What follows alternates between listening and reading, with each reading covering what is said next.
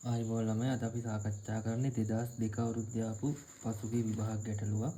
මේකේ කියනවා දිග L සහ ස්කන්ධයේ M වන සරල සම දඬු පහක්. මේ හැම දණ්ඩකම දිග L. ස්කන්ධය M කියලා දීලා තියෙනවා. හැම එකෙම ස්කන්ධ සමානයි. දිග L කියලා කියනවා. භ්‍රමණාක්ෂය වටා කරකවනවලු. මේ සමහරක් රූපේ පෙන්වා දෙමින් නමලා තියනවලු. ඒවා නිශ්චලතාවයෙන් පටන්ගෙන අවසාන කෝණික ප්‍රවේගය ඔමේගා නෝට් දක්වා වැඩි කරනවා. නිශ්චලතාවයෙන් නම් ඔමේගා නෝට් දක්වා ත්වරණය කරනවා නේද?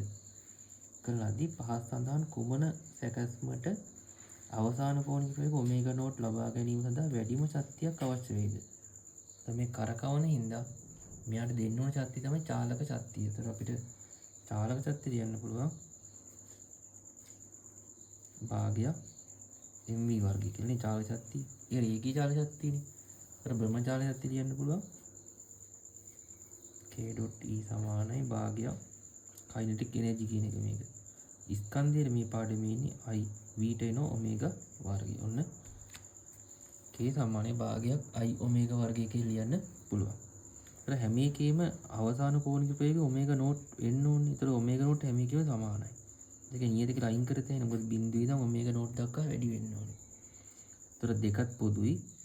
වැඩිම චාලක ශක්තියක් අවශ්‍ය කෙන යහනේ. ඒතර චාලක ශක්තිය මෙතෙන්දී අනුලෝම වෙනවා කියන්නේ I ට නේද?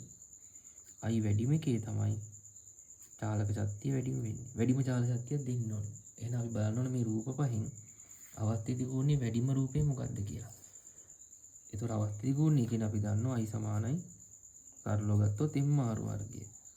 ස්කන්ධ භ්‍රමණක්ෂයේ ඉඳන් ස්කන්ධයේ තියෙන දුර වැඩි වෙන තරමට අවස්ථිති ගුණය කියන එක වැඩි. ස්කන්ධයේ භ්‍රමණක්ෂයට කිට්ටුව නම් තියෙන්නේ අවස්ථිති ගුණය අඩුයි. දැන් මේ පළවෙනි රූපේ ගත්තොත් එimhe ස්කන්ධය පුළුවන් තරම් මේ අක්ෂයට කිට්ටුවෙන් තියෙන්නේ. එහෙනම් මෙයාගේ තමයි අවස්ථිති ගුණය අඩුම වෙන්නේ. ඉතුරු රූප සාපේක්ෂව බලන්න වැඩිම වෙන්නේ කොහේද කියලා. දැන් මෙතන ගත්තොත් එහෙම මෙන්න මේ මෙතිදන් මෙතෙන්ටම තියෙන L බෙදීම 3යි නම් මේක L බෙදීම 6යි. මේකත් L බෙදීම 6යි. ඒ කියන්නේ මෙන්න මේ කෑල්ල ස්කන්ධයයි මේ පැත්තේ ස්කන්ධය දෙකම තියෙන දල වශයෙන් L බෙදීම 6ක් වගේ දුරින්නේ.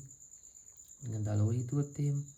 දැන් මේ රූපේ ගත්තොත් මේකත් මේ පැත්ත L බෙදීම 6යි මේකත් L බෙදීම 6යි. ඒතර මේ කෑලි දෙක තියෙන L බෙදීම 6ක් මේ වගේ ගුරුත්ව කේන්ද්‍ර ගත්තොත් මේ කෑලි මෙතනයි මෙතන. මේ කෑල්ල ආනතෝ තියෙන්නේ. ඒතර මෙයාත් පුළුවන් තරම් මේ කිට්ටුවටම ඇහිලා තියෙන්නේ. මෙයා ගත්තොත් ඒත් මෙයාට ළඟයි. මෙන්න මේ පස්වෙනි රූපේ ගත්තොත් බලන්න. මේක දිග L නම් ඒතර මේ කෑල්ලක් එනවා L බෙදීම 2ක්. මේ කෑල්ලත් L බෙදීම 2ක්. ඒතර මෙන්න මේ කෑල්ල විතරක් ගත්තොත් එයාගේ ගුරුත්ව කේන්ද්‍රය මෙතන. අපි දල වශයෙන් බර මෙතන ගත්තොත් මෙතන එනවා මෙයාගේ L බෙදීම 2ක් දුරින් තමයි ඒවේ බර පිහිටන්නේ.